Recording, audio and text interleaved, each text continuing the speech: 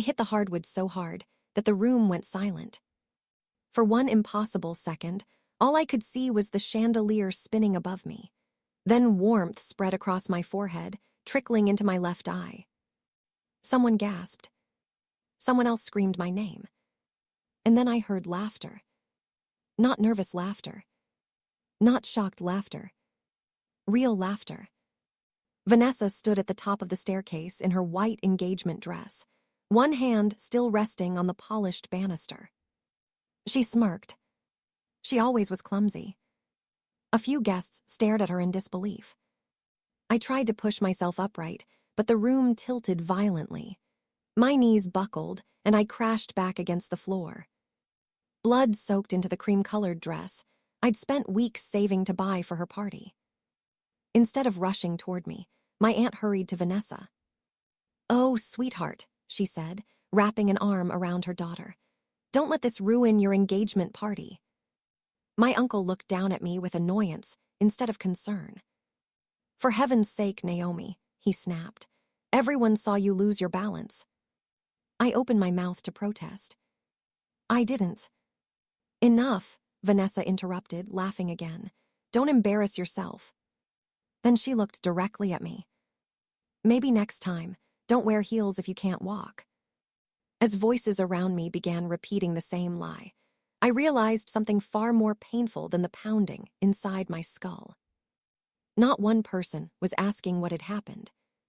They had already decided.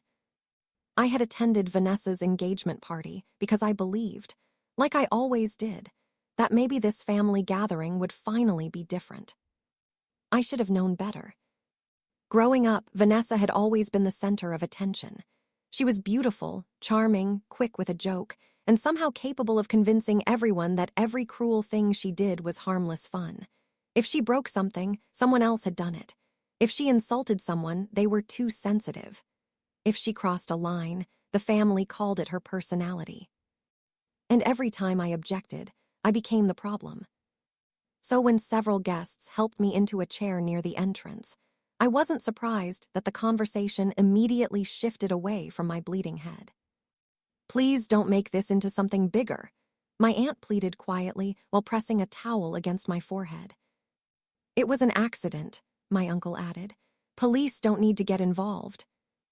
Even people who had looked horrified only moments earlier slowly nodded along, as though repeating the words often enough would make them true. "It was just an accident. Don't ruin tonight. Vanessa has worked so hard for this." No one asked whether I wanted an ambulance. No one asked why Vanessa had been standing directly behind me. No one asked why she'd laughed. A neighbor finally drove me to an urgent care clinic, where they cleaned the cut above my eyebrow and told me to watch for signs of a concussion. I insisted I was fine, mostly because I wanted to go home and escape the humiliation. But sometime after midnight, I woke with a crushing headache. The bedroom spun every time I opened my eyes. By sunrise, I couldn't ignore it anymore. I drove myself to the emergency room, expecting nothing more than confirmation that I had a concussion and needed rest.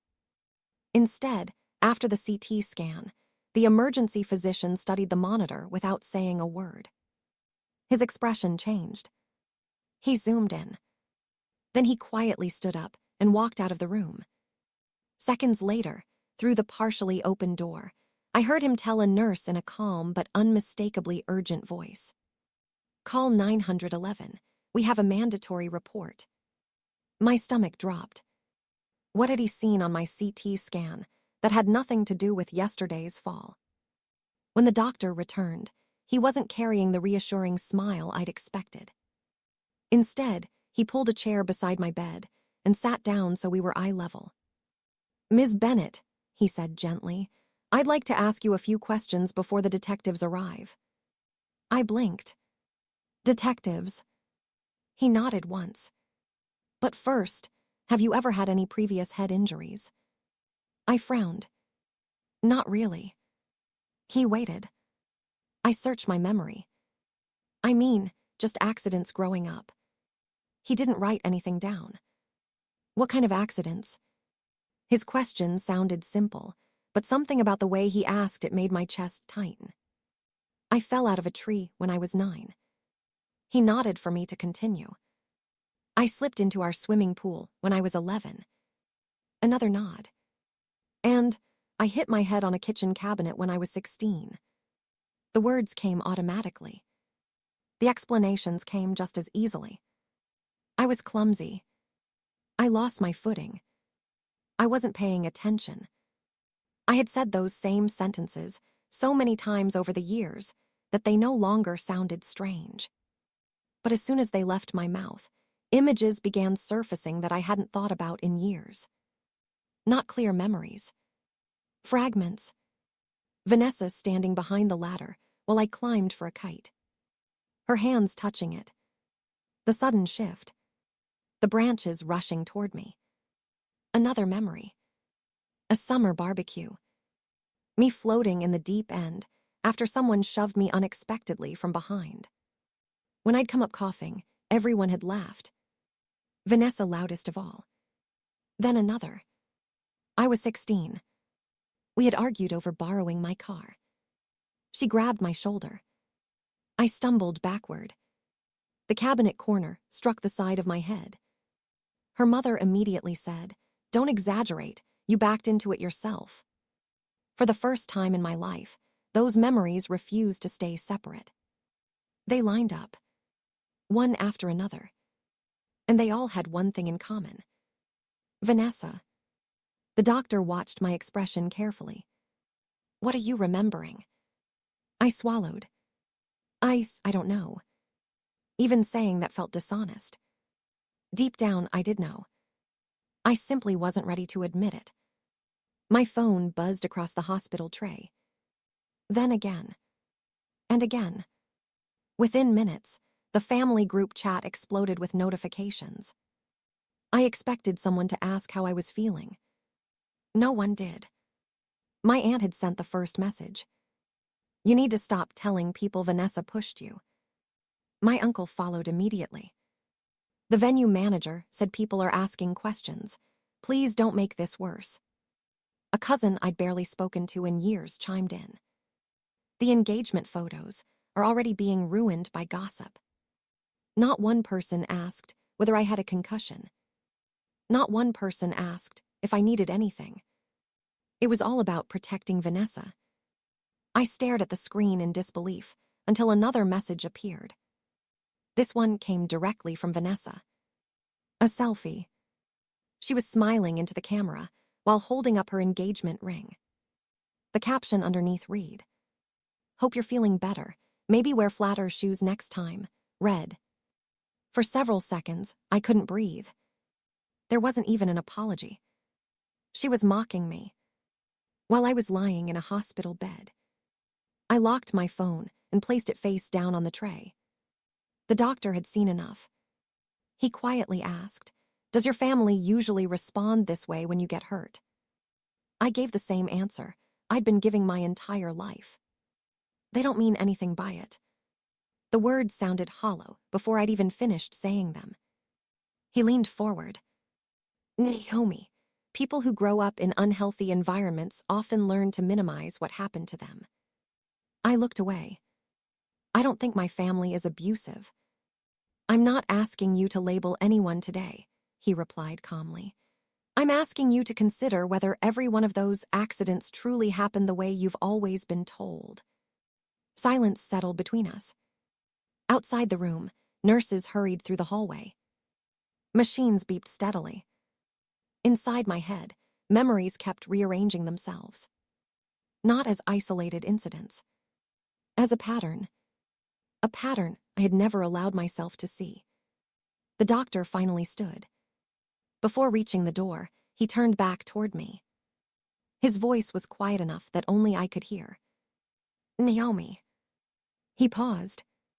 "Your scan tells a much longer story than yesterday's fall." The knock on my hospital door came less than 20 minutes later. 2 detectives stepped inside. One introduced himself as Detective Harris, the other as Detective Molina. Neither looked accusatory. If anything, they looked concerned.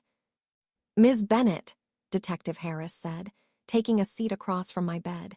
"Your physician contacted us because he believes there may be more to your injuries than a single fall."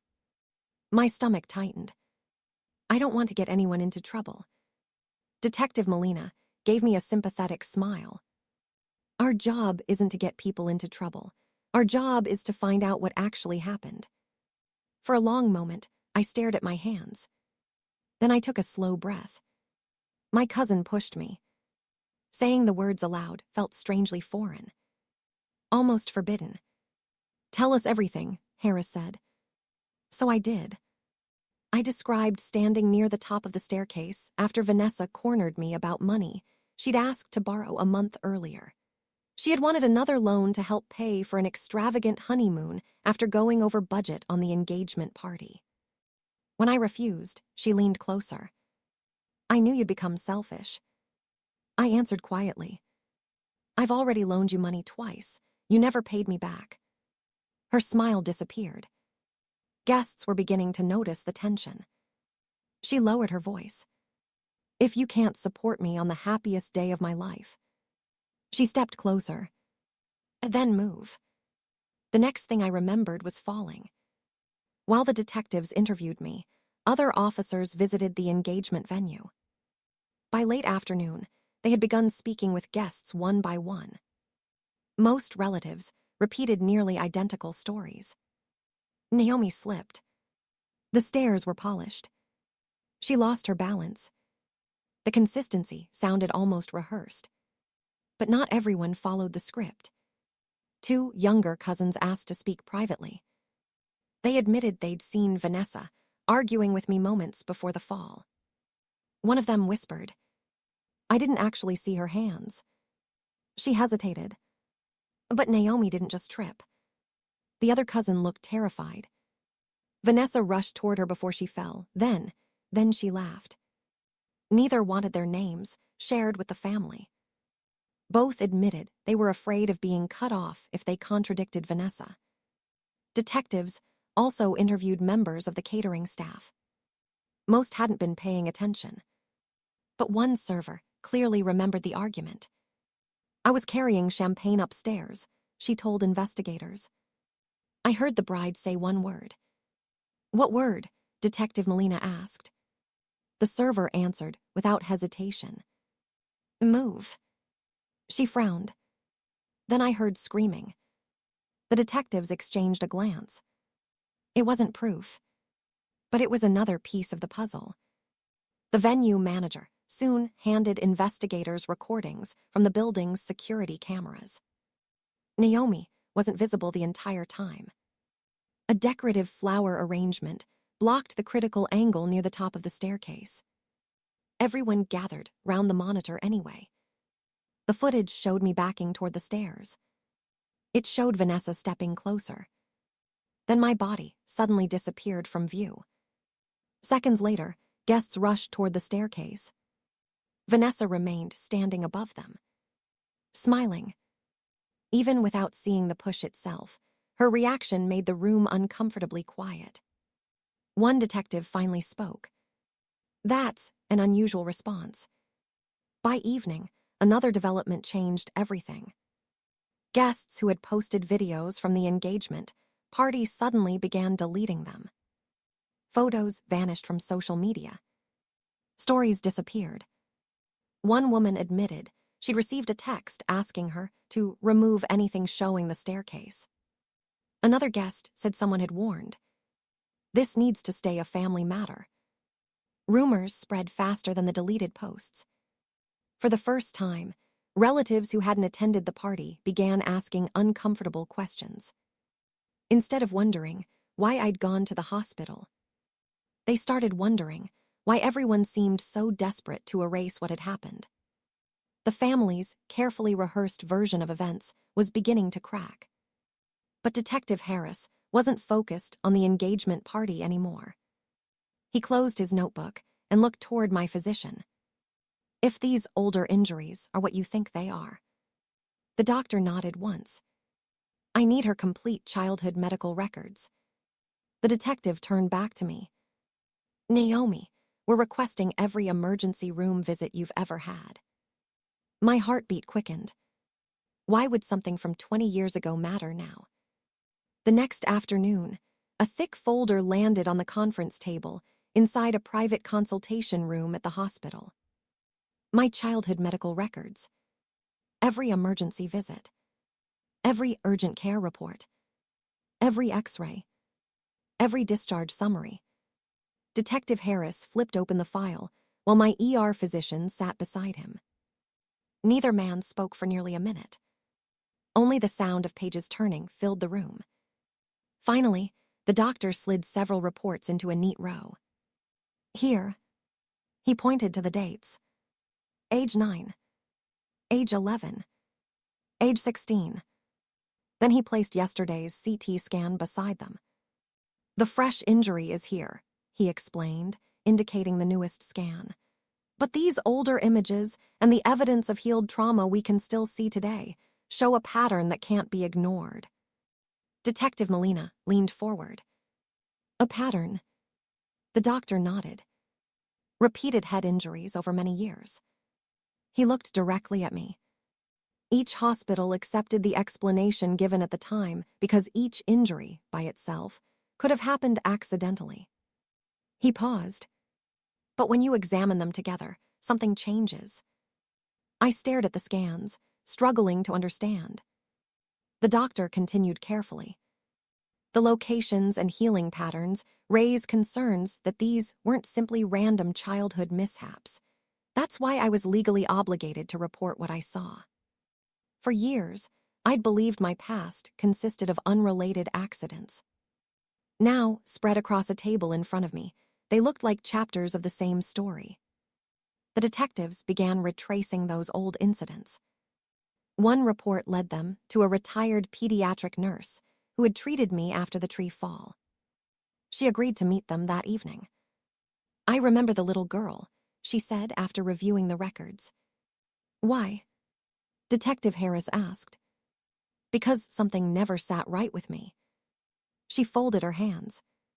She kept looking toward another child before answering questions.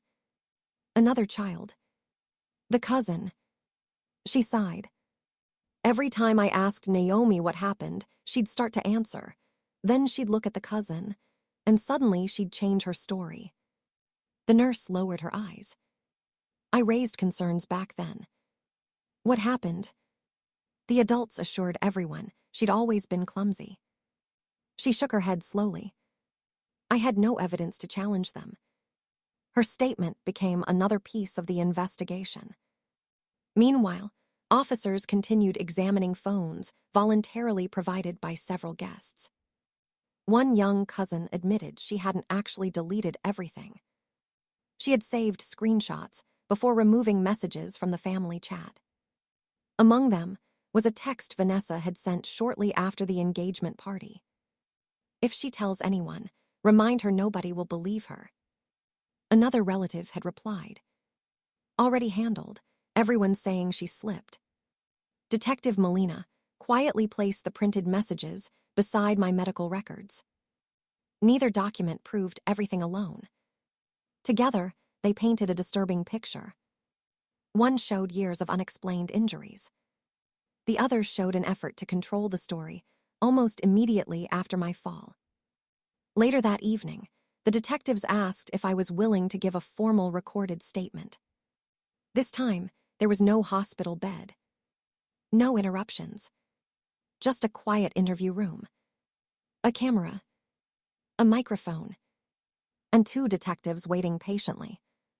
For several moments, I couldn't speak. Then Detective Harris said softly, "You don't have to protect anyone anymore." Something inside me finally broke. I spent my whole life believing I was the problem. The words came out between shaky breaths. If Vanessa shoved me. I stopped. No. I wiped my eyes. She did shove me. Neither detective interrupted. When we were kids, every time she hurt me, I was told not to embarrass the family. I laughed bitterly. If I cried, I was dramatic. If I complained, I was jealous. If I remembered something differently.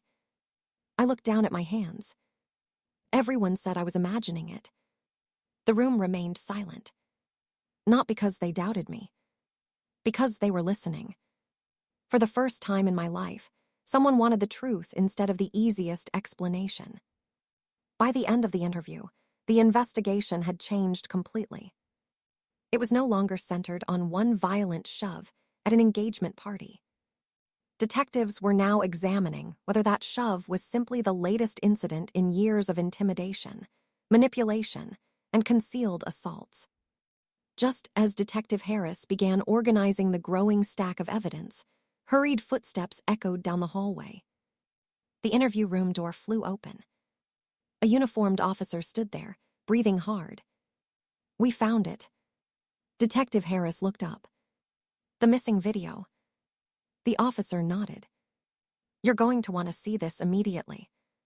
The interview room emptied within seconds. Detective Harris picked up the evidence folder, while Detective Molina motioned for me to stay seated. "I know you're exhausted," she said, "but I think you deserve to know what we found." A few minutes later, we were gathered in a small conference room. The recovered video had come from a guest who thought she'd accidentally deleted it. When investigators explained the seriousness of the case, she searched an automatic cloud backup and found the original recording. She had been filming decorations near the staircase when the argument between Vanessa and me drifted into frame. The detective pressed play. There we were. Vanessa stood inches from me, smiling for anyone who happened to look our way. Without audio, it almost appeared friendly. Then the sound kicked in. "You really aren't going to help me?" Vanessa asked. "I've already loaned you money twice," I answered quietly. "You never paid me back." Several nearby guests continued chatting, unaware of the conversation. Vanessa's smile disappeared. "If you can't support me on my biggest day." She took one deliberate step toward me. "Then move." The video showed exactly what happened next. She placed both hands firmly against my upper back. Then she shoved. Not a stumble. Not an accidental bump. A forceful push. I disappeared down the staircase. The phone jerked violently as the guest screamed. Before anyone reached me, the recording captured Vanessa throwing back her head and laughing.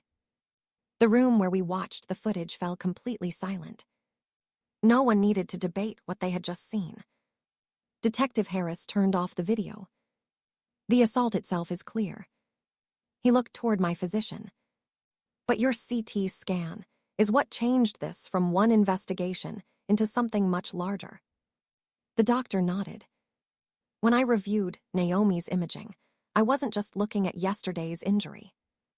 He placed copies of the scans on the table. The fresh concussion was treatable. He tapped another image. What concerned me were signs of older healed trauma. He looked at me with quiet compassion. "Those findings, combined with your history and the way you described repeated accidents, created a reasonable concern that you had been the victim of ongoing physical abuse." He paused before continuing. "As physicians, we're mandatory reporters. The scan didn't identify Vanessa as the person responsible. It told us there was enough evidence to believe your injuries deserved immediate investigation." For the first time since falling down those stairs, everything made sense. The doctor hadn't called 911 because he magically knew what had happened the night before. He called because years of hidden injuries had finally formed a pattern that could no longer be ignored.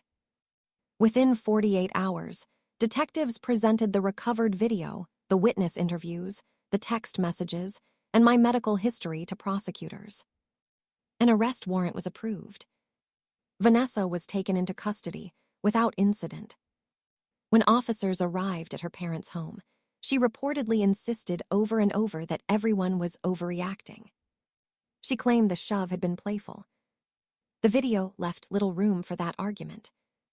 Investigators also questioned relatives who had encouraged guests to delete videos and pressure witnesses into repeating the same false story. Several admitted they had been trying to protect the family. Instead, they found themselves explaining why evidence had disappeared after a serious injury. News of the arrest spread through our extended family faster than any holiday invitation ever had. My phone rang constantly. This time, the messages sounded very different. An older cousin called first. "I'm sorry," she whispered. "I saw things growing up that I convinced myself weren't important." Another relative admitted he had always believed me, but never spoke because challenging Vanessa meant being shut out by the family. "I was a coward," he said. "I should have helped you." Some apologies felt sincere. Others felt motivated by embarrassment now that the truth was impossible to deny. I listened politely, but I no longer felt responsible for making everyone comfortable. Years earlier, I would have accepted every excuse just to keep the peace. Now I understood that forgiveness and reconciliation were not the same thing. I chose peace for myself instead. Vanessa's fiancé requested a copy of the recovered video through his attorney. After watching it, he ended the engagement. The wedding was canceled before invitations had even been mailed. Friends who had admired Vanessa's confidence suddenly saw something entirely different. Not charm. Cruelty. The image she had spent years protecting disappeared almost overnight. As for me, healing took much longer than my bruises. The concussion gradually improved. Therapy helped me untangle years of memories I'd spent explaining away. For the first time, I stopped calling obvious mistreatment family drama. I returned to teaching art that autumn. My students filled the classroom with paint, laughter, and wonderfully messy creativity. Every afternoon when I locked the classroom door, I realized something had changed. I no longer waited for someone's approval before believing my own experiences. I stayed in touch with the relatives who had chosen honesty over silence. The rest remained part of my past. Sometimes people ask whether I regret going to the hospital the morning after the engagement party. I always give the same answer. If I hadn't gone, I would still believe every lie I'd been taught about my own life. The shove nearly took away my confidence. Instead, it exposed the truth. And from the moment that ER doctor looked at my CT scan and refused to ignore what everyone else had overlooked for years, no one could ever honestly call it just an accident again.